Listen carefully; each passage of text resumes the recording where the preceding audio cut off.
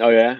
Yeah. This thing goes live so fast, But anyways, what's going on, my man Jeff Tamas in the house?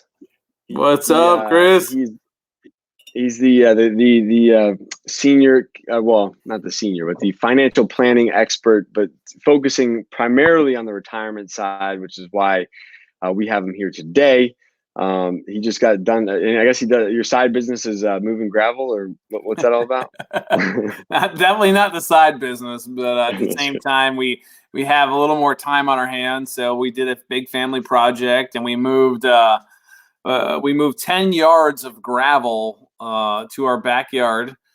And 10 Wow. yards, just so you know, is this triaxle, this huge dump truck But full I of think when I saw that, rocks. I think when I saw that picture though of the rocks, I'm like, I mean, it looked like it took up your entire driveway. I was like, if you don't move that thing, you can't even leave the house. No, well, thankfully we have extra cars. So, and I'm Yeah, just there you go. I'm doing a watch party, Kris, on my phone over here. So Awesome. that's why I Yeah, was yeah, kind of. But yeah, the gravel, we all pulled together. We also did hire two young strapping lads, 19 years old, and they moved a lot of it. Let me tell you though, those young bucks don't have the work ethic though, man. Maybe I yeah. shouldn't generalize. All right, Right, right, the right, ones right. that were Well, here. yeah. So were they a little? They just didn't have the stamina, the longevity. Well, I think they could if they wanted to, but it was just always checking their phone, sitting down. Like you don't quit when Yeah. you're tired. You quit when you're done, Right. right? I know. You That's right, know? man. Yeah, finish. I know that's the hard part, man. It's like, you gotta get the job done. You gotta see it through to completion. So That's yeah, it, yeah, man. That's yeah, it. yeah, And so I know you had mentioned that in the retirement, planning space, and really our focus is retirement income planning. yep, yep. It's because when they're retiring, it's they retire off of income, not assets. Sure, and that's something So that like one of the things, and for everyone today, and for this video, even going forward, the thing that I want to get out of this the most, and kind of really even go on a deeper dive into, what does that look like if we could even walk through kind of like a general planning session to better understand like what I should be looking for as I enter this retirement, or even if I'm already currently in retirement. So that being said, like, it's like, if we could even have a scenario, a husband and wife couple, a specific group of people, maybe that we could kind of maybe generalize, but talk specifically about like how you would walk them through that process. So yeah, so let's focus on a retired couple, let's say, okay, and just to kind of touch on the pre-retiree, right? And so typically retirement income planning, ideally 5 to 10 years before you retire. You okay, want to start gotcha. planning your income, because think about this: the longer the runway you have, the more adjustments and shifts Right, right, you right, can make. exactly. But a lot of times we see people coming, to a meeting. I had a very nice lady. She was an RN for her whole adult life, 2 different hospitals she worked at. She's retiring next month, and she came down and sat with me. Of course, we could help her. However, if you had a 5 year window, Right, we can right. plan much better. Sure, sure, But sure. again, let's focus And and on. and and and Go ahead. and, that, and when you are talking about like that 5 year window prior to retiring, you're talking about this giving you that time while you're still earning an income through a job, while you're still being earning your kind of a productive income, to use that time to kind of develop your income like once you leave that job. So that way, it's not like a rash decision. It's more of a more thoughtful decision, right? Right, and typically people retire off of and again, generally speaking, all right, 80% of what they were earning is what you Okay. want to receive, because you're not putting money to a 401k anymore. Your taxes should be less, on a couple different areas. So typically 80% is the general rule of thumb. So it's kind of getting people adjusted to that lifestyle instead of like, ripping the Band-Aid off and asking Right, someone right, to right, make these major life changes right. slowly over the course of years. It's not as drastic, for Right, people. right. Sure.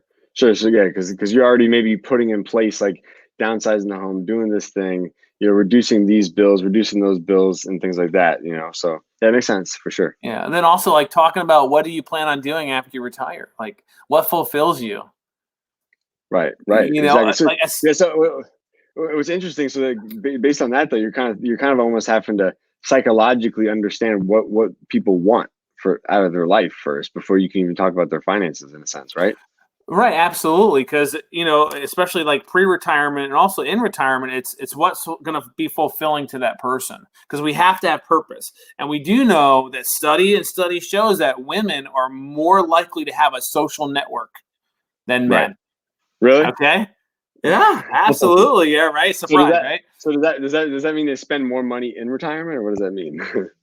Well, as far as they're going to be part of a gardening club, they're going to be Right. part of a card club. They're going to go have Right. coffee with their girlfriends. Where guys tend to be more, just by themselves or one or two friends. And then as we get older, let's just face it, our friends tend to die off. Right. Right. But having Yeah. that clear purpose is so important. And then also studies also show that people, the older they get, are happier. Right. So because they have time they're not so stressed out with work and trying to fit everything in this 24-hour day, which it seems impossible these days, but yeah. Right, and so I mean, they're happier, and it becomes less about the money and more about meaning. Sure, absolutely.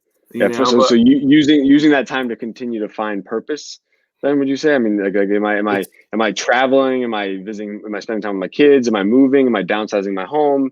right, What is my retirement right. years look like? Right. Yeah. Especially if someone who's married, like Okay. you need more time because you need to talk to your spouse. Like, what does it look like for us? Right. Like, get on Right. the same page. Like, you're familiar with Zig Ziglar? Yeah. Oh yeah. All right, Yep. all right. So Zig, No, he tells the story of the world's best archer. This archer could 100 yards, 75 yards, he could hit the target. Bullseye, bullseye, bullseye. yeah. If you take the same archer, you blindfold him and you spin him around and you tell him to go hit the target, is he going to hit it? No. No. Why No. not? Yeah. Can't see it. It, right. You know what I Yeah. mean? So the same thing Sure. with retirement planning, especially those income years. Like, let's talk about a plan. Like, Right. and also every year it's going to change as your life changes. Right. Have Sure. flexibility built in. But I know we wanted to talk about. Go ahead. And then no, I say so that being said, I mean, once you've kind of dived into that, are you trying to look and plan into the future for what they see for their life, so you can kind of figure out what it costs to do that? Like, I mean, are you trying to understand okay, what is it going to cost for you to do what you want to do and then backtrack, or what? How does that work? Well, it's typically what we do is we try to figure out an after-tax retirement income annually. Okay. What do they want? What do they want? And we'll adjust it for inflation naturally. And then we'll go back and calculate these three. Like, if you can imagine this pyramid, right? Yep. And we want to. It's these three levels: the pyramid, the base of the pyramid, which is the most important, the foundation. Right? It's Sure. got to be that income and that guaranteed income, and that's going to be that we call it that the I have tos. So, Right? so basically, that's the safest, guaranteed, no matter what, this is what I got coming in. So what typically makes that part of someone's income up after retirement then? Social Security is a huge chunk of it. Okay. You know, So are there things that you can do prior to retiring that can increase that Social Security benefit? oh yeah. I mean, so right now, someone could retire at age 62 early. However, we do know that if you push it out to age 70 on average, if you were to average all that out, you get an 8% increase every year you push it out to age 70. Wow. So we talk through some things like, what is longevity in your family? Right. I mean, the lady I spoke about that was the RN, her mother's still alive. She's 99 years old. Her father Right. lived to 94. So and all throughout her family, there's this longevity. Now, how do you make sure that you don't outlive your money? And those are Right. the guaranteed base of that pyramid are things like Social Security. A lot of our people who are in that 70 to 80 year age bracket are going to have some type of pension income. Gotcha. So that's a guarantee. And then also if there's a gap, let's say if they're 80% funded for their guaranteed piece of their planning. So just for basis, just to understand. So say we had someone now are we looking at, so we had a couple and their after tax income was 75,000 per year, around 5,000 a month. Is that about right? So and say Social Security was like 1,200 and the pension was like 1,200. So now I got 2,400 basically, or half of what my goal is I'm able to achieve through a very safe, guaranteed, conservative investment. Is that what you're saying? Or right. And so that means that Social Security, it should be there. It's right. not absolutely guaranteed, but the way they print money these days, man. I mean, well, the thing is that we could do a whole half-hour show just on how Social Security is grossly underfunded, but we're not. If you want to have that conversation with me, shoot me a message. Dude, I know. Pretty soon, 16-year-olds be earning more money than their parents on Social Security, man. It's crazy. It's a problem. If you know where to go and the studies and the research, the math is there. Sure, let's not. Yeah, I know. Let's reel it back. We'll get off topic. Sorry. Yeah. So you have Social Security income, you have your pension income. So let's just say, let's call this couple. I always like visually imagining people when we're talking about these scenarios because it helps make it realistic. So we're going to call them Bob and Mary. Let's say Bob and Mary have Social Security, their pension, just like you had mentioned about, but there's also there's a gap of their guaranteed income they need. Let's say they need, maybe another, $15,000 to $20,000 a year for that guaranteed income. Where do they get it from? And typically you could pull that from an IRA, a 401k, or even sometimes that generation that's 70 to 80 years old, sometimes they sack a lot of money away inside of a savings or checking account.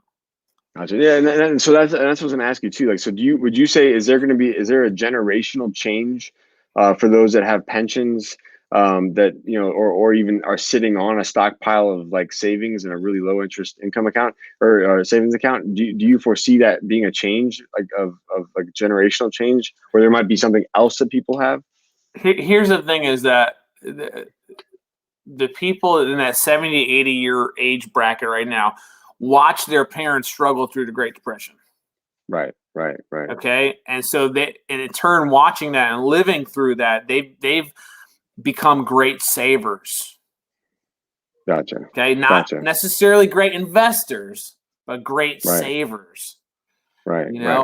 And so looking at that there's just been this shift, and the baby boomer generation, it's a little bit different. It's, make more money. I want bigger, better, bigger, better. Of the RV, the house, the trip. Right. And so on average, people are retiring in the United States with less than $65,000. Wow. Now that's baby boomers today, not necessarily not necessarily the 70, 80-year-olds that were right. No, the boomers today retiring. Yeah. So, and again, that's the average, and that's, it goes very, each side of the spectrum. Yeah. But it comes down to that delayed gratification. Sure. So that person has money in savings, because like Social Security income outside of what you're talking about, pre-retirement, there's not much you can do once you take it. I mean, it is what it is. You get what you get, right? Yeah. Once you elect Social Security, there's no going back. And like same with the pension. I mean, that is what it is. So the other stuff, the stuff that you're working on is how do I piece together the things outside of that, right? Right, and because once those are set, they're static, they're not going anywhere. Which is comes back to the original conversation of having that 5 to 10 year road leading up to it, so we can have a calculation to figure out how to maximize that Social Security benefit. Right. And also maximize the pension. Like, is there, and it's something called a single life pension, where if you're a married couple that works 40 years and the husband worked at the factory and he gets a pension for $50,000 a year, and it's a single life, he gets the pension, he collects 5 months of payments, and he gets hit by a bus. I know it's morbid. All right. But anyway, he gets hit by a bus. That pension is gone. You'll never see a dime of it. And so to understand which one do you select, I mean, it'll have implications that you might not feel now, but at some point you will. And so the retirement income planning decisions are some of the most important to make, because a lot of times they're not reversible. Right. You got one shot. This is where to get with that income planner, not just a typical general no, practitioner. yeah, there's no do-over here, because No. at this point in time, like your main focus in this setting is literally generating cash flow, generating income for folks, Right. not helping them, earn 8% a year in an account that just grows, Right. And so sometimes people have a hard time shifting gears from a different paradigm from Yeah, accumulation, because let's just face it, they spent the majority of their adult life in the right, accumulation column. sure, Now you sure. have to shift it to decumulation Right, or right. spending down. So the mind shift is totally different. Then also, like, how do you hedge against longevity risk, like the event that you're going to live too long, right? How do you hedge against the healthcare risk? Right. Right. Sure, How do you hedge against market risk? How do you hedge against inflation risk? All these right. things, and and one of the most important things that always comes back from the people that we sit and plan with is long-term care risk. Right. So let's Right. talk about Bob and Mary a little bit. Let's say, they have $500,000, and that can be split up between an IRA and their savings. Right. So maybe it's in different areas. Now, would people potentially, just out of curiosity, do people use their homes as part of that stockpile of equity or liquidity, or like, I mean, or like, is typically a house paid off, or are they still paying a mortgage at this point? Typically at that stage, I'm going to probably say the majority of the time it's paid off. Okay. Right? So do you even touch that at all at this point, or are you just Here's the focused thing: on is like cash back? it's equity, right? Right. But can you take equity to the grocery store? No. Yeah. No, I mean, you can't, right? Right. Like you run your business and Yeah. you do great work in a community. Can someone take their garage door off and bring it to you as payment? Right. No. No. So Well, nowadays, I don't know. Who knows? right? But look at that as, how do you Yeah. convert equity to income?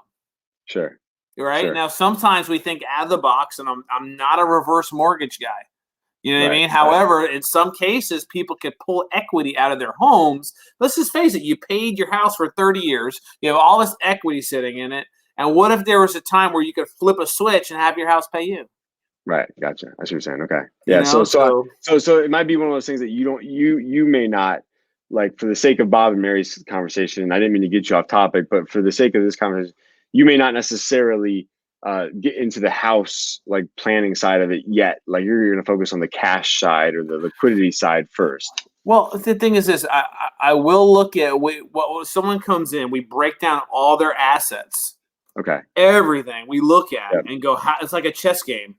Right. So let's go back to Bob and Mary for that breaking down asset. Like, just like, help me understand, like, how you're breaking that down in the case of Bob and Mary potentially.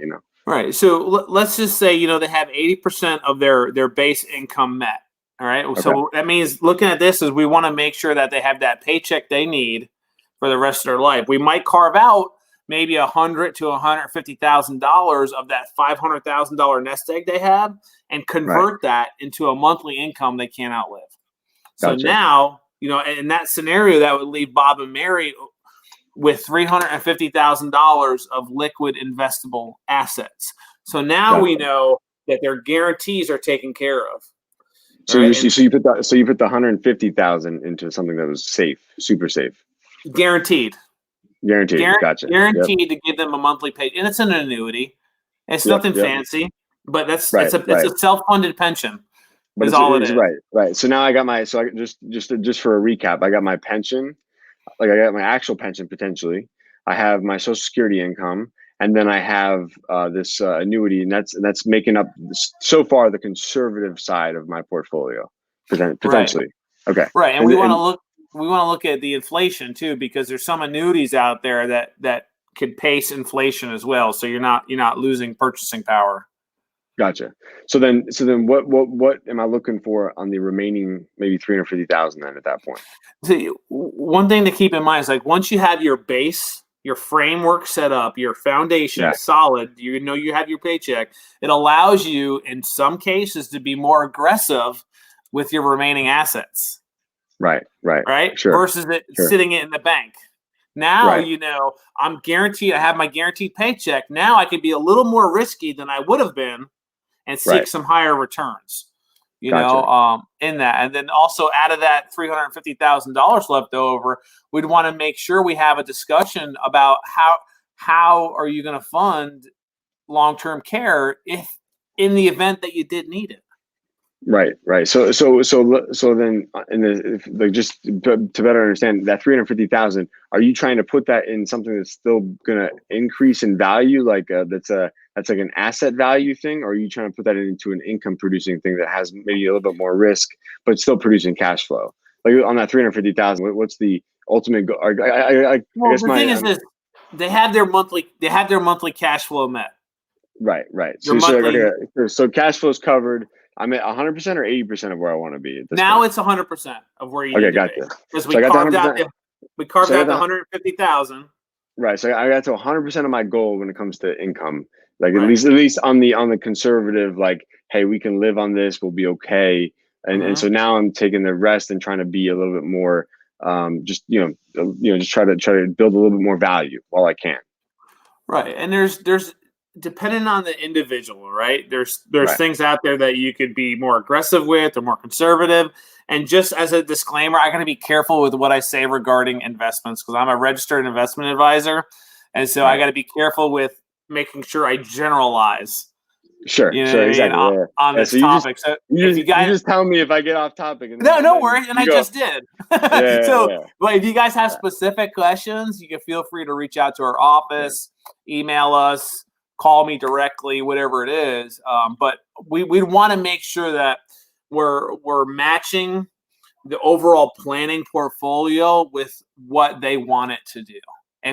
Kris, if they say, Jeff, I want an absolute guarantee I'm not going to lose money on this, there's a trade-off. Right. So I'm going to go ultra conservative, and then It's risk versus reward. Now, sometimes when people have their income base met, and they say, "Well, we're totally fine here. We want to make sure that we leave some legacy over for our great grandchildren." Right. All right. So we might look at carving out $100,000 of that money, doing what's called a paid-up life insurance policy.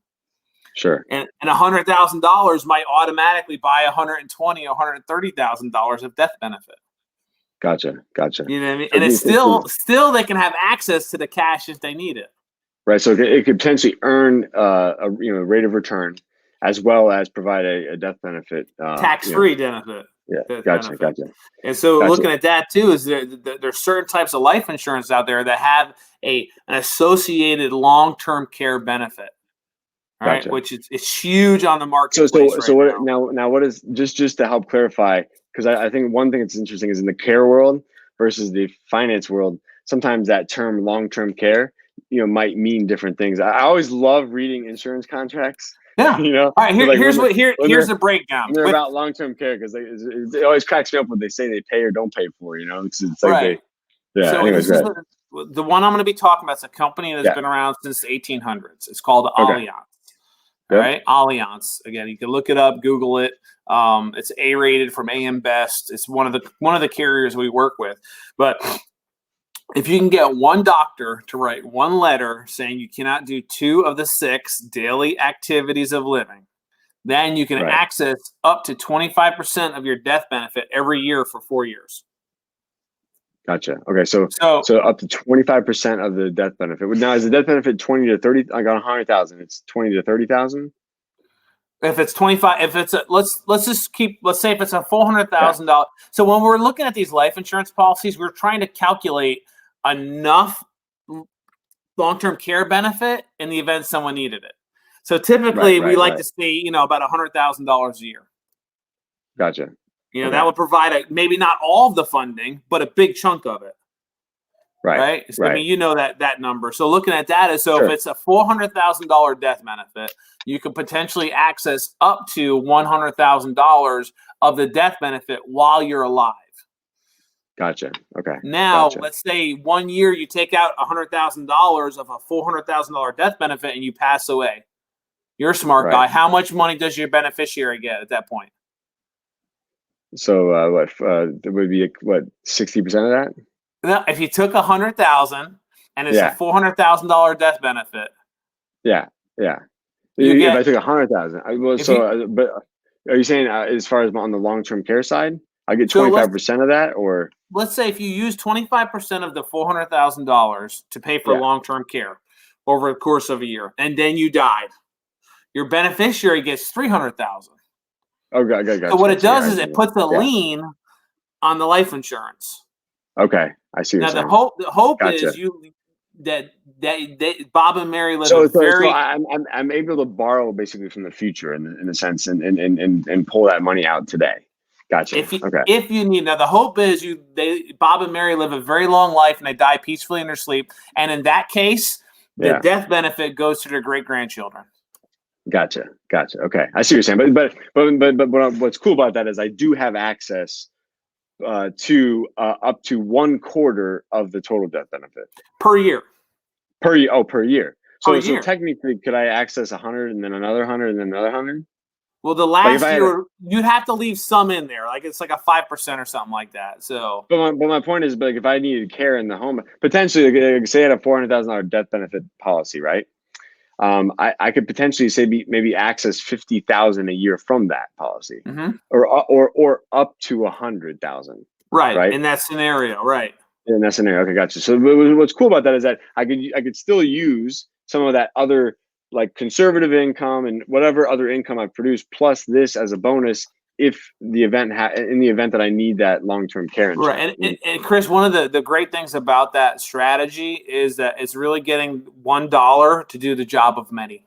Right. And so exactly. So instead of having to buy a life insurance policy, and a long-term care insurance Care policy, and policy. Right. it's almost like a hybrid of multiple different types of policies, right? Right. And underwriting is different too. So long-term care goes by morbidity. Okay. All right. So if you have arthritis, a hip replacement, a knee surgery, you're probably not going to get long-term care. Right. Okay. Right. Now with the Allianz, it goes by mortality. Gotcha. The underwriting, Okay. so it's totally different. So if Right. you had a So new surgery, does it mean you're going to die any sooner nowadays?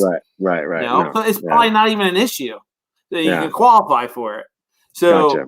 but it comes down to So qualifications. really, it actually, you could qualify for it, and potentially even it might be less. There might be less restrictions, on things, in order to qualify for it. Right, and there's a great book for anyone who wants to get educated specifically on this. It's called "Look Before You LIRP." Look Gotcha. Before You LIRP. LIRP from national best-selling author David McKnight. All right, you can look it up. I think it's maybe like $10 or something like that. You can get it on Amazon or go direct. And there's many of these types of products out there, but the book will educate you on what are some red flags to look for, what's good, what's bad. I see my sheepadoodle in the background knocking stuff over. Yeah. So anyhow, I mean, so Bob and Mary, the thing is, like, once they get their income needs met, they have some discretionary spending as well. And between 70 and 80, the chances that they're going to China for vacation, maybe in the early 70s, but in your 80s, you're not wanting to. You're going to pop around town, go to the golf course, go fishing. Right. Spend time with family. So the big trips probably you're not taking, but maybe like the seasonal ones, maybe the snowbird type trips, maybe visiting family, then here in the States, things like that, But nothing's going to cost like 20,000 round trip or something like that. Right. And so with the situation with Bob and Mary, we run into that a lot.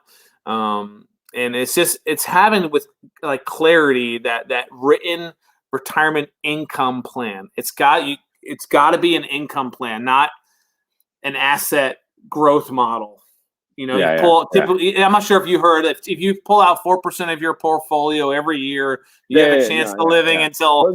And that's what I love about like what you're doing, because of the fact that in the industry I work in, I see it firsthand. So like when I sit down with my families, whether it's for our assisted living facility or whatever it may be for.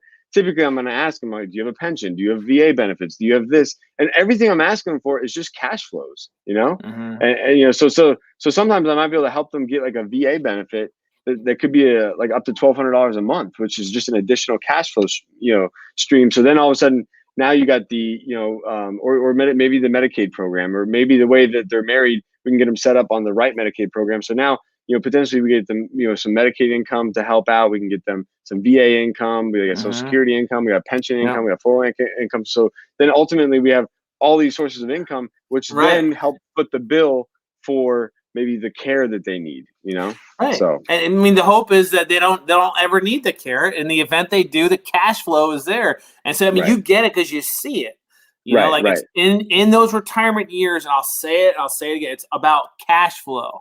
And it's so important, 100%. And the reason too that I feel very passionate about what you're doing is that, because the hard part that I see that for those that don't have cash flow, for those that don't have, all these little things that kind of make up their ongoing income, if they have just money sitting in the bank, it's like we can easily calculate, okay, you can live here for 2 years and then you're going to have to maybe look into a Medicaid facility, or we can provide services for X period of time and then you're going to have to do this. And I hate that. I hate like not being able to promise a family member or not being able to give somebody hope that like, okay, yeah, well, you can live here for the rest of your life and we can take care of you forever.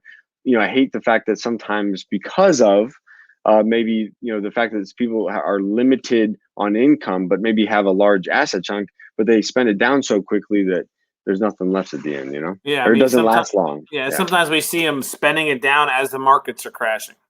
Right, exactly. I mean, we all know that we want to buy low and sell high. Right. And we know that. So this is where having that income model base, that guaranteed paycheck, like if the markets crash, you could pause your European trip until they return, right? And then go on your trip. So it gives you more flexibility in your retirement years with having that income base set up. So then how many different types of income would you say you typically have like set up for people? Like is it vary? Is it 3 to 5 different types of income? The type of planning we do really focuses a lot around tax-free income. Okay. Like Roth IRA money. How do you do a IRA conversion to a Roth, and how do you get? Because at the end of the day, it's not about how much you have; it's about how much you get to keep. Right. And so we typically like 4 to 5 streams of income. Sure. Right. And now is all that tax free, or is it just some portions of it, or what you can help people with? Some scenarios we can never get someone to a tax-free retirement. Okay, like gotcha. the number one thing that keeps someone from getting there is a pension. Gotcha. Okay. Because it's always going to be taxed as income for the rest of your life. And also, if you make too much money in retirement, your Social Security benefit becomes taxable. Oh, really? Interesting. Yeah. Wow, it's called provisional income. Huh. Provisional income. So if a married couple earned the moment they exceed $44,000 of earned income in that year, that means they're going to tax up to 85% of your Social Security benefit at your highest incremental tax bracket. So with that being said, sometimes we see people in retirement having to stroke anywhere from a $5,000 to $10,000 check back to the IRS because they made too much money. Wow. And it devastates people's portfolios. This is where working, because then you could be pulling down from that portfolio, but while you're doing that, some of that money that you thought you could use for yourself for stuff you're having to use to pay taxes. Just imagine paying an extra $7,000 a year for 20 years. All right. Now, if you invested that same $7,000 over the course of 20 years, earning an 8%, you'd have hundreds of thousands of dollars. Right. I know. Instead, you didn't necessarily take the steps to work with an income plan. So literally $140,000 in taxes would be gone. Wow. And that would have been eaten. That would have been eaten right out of a portfolio or like an ass. So like instead of pulling from this big thing that you created, you're redistributing the money and into vehicles that produce tax-free income, and then you have multiple vehicles that are actually helping to contribute to your monthly income, so you can cover your living expenses and the things you want to do. And Chris, and you're exactly right. So I'm going to say 9 out of 10 people I ask this question to, we're like-minded, and I'll ask you too. Is like, do you think the federal government's been a good steward of their financial resources? Yes or no? Yeah. No, right? So especially now, man. Oh my God. Is there a way that the federal government could need more money to operate in the future because they've been invested? Forever. Next question is important too. If If you had a guess, what would be the easiest way for the federal government to increase cash flow to themselves? What could they raise on you? Yeah, taxes. Yeah, taxes. Right. Next question. Very important. So this helps you control that. I mean, you're putting yourself in control instead of the government. It's the power of zero tax paradigm, man. You know what I mean? Because imagine this: what's 2 times 0? 0. Right. So if taxes double, it doesn't affect you. Right. You've taken a risk right off the table. It doesn't affect you. So imagine you getting on a plane, Kris, and the pilot gets on the loudspeaker. Hey, by the way, I read the flight manual, and we have a 60% chance of getting to our destination. Right. Buckle up. Right. Would you get on that plane? Yeah, no. I'm not getting on that plane. I'm gonna take over that plane. But exactly. Well, there you go, Mr. Pilot. But you don't want me flying. We're all crash and burn. But the thing is so in retirement income planning, if you have too much tax deferred money, IRA or 401k money, you have no idea how much you really have, because you cannot tell me the future of taxes. Right. Gotcha. Yeah, I hear you. That's true. True. So true. I can go on forever about taxes. Don't get me going. Does anyone is this a common model that financial planners that you see use for the folks that are actually entering retirement? Because I feel like a tax-free paradigm. I feel like you always hear, even whether it's the mainstream media or any of this other stuff, you always hear just pulling X% out of your portfolio per year. And I feel like what you're doing is literally just using all sorts of vehicles that aren't about necessarily building one big asset, but just using a large majority of different vehicles to produce just income, instead of showing me a pretty chart that has this massive thing from, okay, it put in 300,000, it turns into $1 million by X number of years. You're actually helping me understand, how do I pay for my today expenses and my future expenses? Right. And if you actually go to how that calculation was figured, that 4%, and you study that model, it's probably it doesn't hold true right now. Right. Exactly. It doesn't. And so, and a lot of our industry gets paid off of assets under management. All right. Let's say Bob and Mary they got a big raise. They have $1 million under management, right? And they're paying a financial advisor a 1% a year to manage their money. Sure. And this, so that means that he's getting paid $10,000 a year to manage and grow that money, or to manage, I should say. The hope is grow it. So let's say this financial advisor goes to Bob and Mary. Listen, we really think taxes are going to be going higher. We want you to move this money to a Roth IRA. Now, it's going to cost you tax money to do that. Actually, it's going to cost you $250,000 to move it to a tax-free status. We want you to do it. Bob and Mary say, we trust you, ABC investment firm. Please go ahead and do it. Now, the advisor pays the taxes, and he's managing $750,000. What did he do to himself?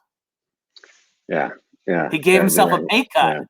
Yeah, exactly. I know. And not only a pay cut, Kris, but he also created a whole lot of work doing Roth conversions. Right. So this is where the educating people and is so transparency, man. How do I get paid? People ask me. I tell them, I'm here. I love helping people. I also enjoy making money, but there's no reason why I can't truly help someone and have them benefit from my advice, and plus I earn as well. Sure, 100%. Yeah, no, absolutely. No, it's so true, and I can't thank you enough for what you're doing, because I feel like people entering that stage in life, I feel like they really need the right stewardship, because I think when I look at what's happened, in the stock market or with a lot of Wall Street folks, it's it just irks me, man. It really is hard to stomach, how some of the stuff that they've created, or just the fact that some of the pensions, out there have just been sucked dry by the hedge funds and all this stuff, and just to be able to, talk to someone that's really, really intentionally working on trying to help this very vulnerable population, Well, here's the thing is, man, the Bible says that the love of money is the root of all evil. Yeah. The love of money. It doesn't say, people misquote that a lot. Say money's the root of all evil. No, the love of money. If you love money more than people, there's a problem there. Yeah. We've been growing exponentially because of our transparency, because of our educational platform. So sure. I appreciate you having me, man. Yeah, it's always good. I appreciate your time today. I appreciate you sharing this information with people, and just, and thanks for bearing with me after last week, or at least on Monday when I got ghosted from Facebook, man. It just poof, I was gone. So, but they brought me back. I don't know how long it'll last, but anyway, Resurrection, man. I know, right? That's right, man. That's right. It's kind of, it seems, the timing seems kind of weird when you say that. It's like everything going on in the world today. But anyways, super grateful to have you on. If you guys have questions about retirement planning, how do I plan for my long-term care needs? How do I plan for after I do retire? Please reach out to Jeff and Corey at Ideal Retirement Solutions. They really are incredible, and I'm just grateful to know them, and to actually to be able to work with folks that really have our seniors and those that are in retirement's interest at heart. So I really appreciate you coming on today, man. Thanks a lot, buddy. It's an honor to be here, man, and please send my love to your lovely wife. I appreciate it, man. Thanks a lot, buddy. Thanks, See you, Jeff. See pal. you.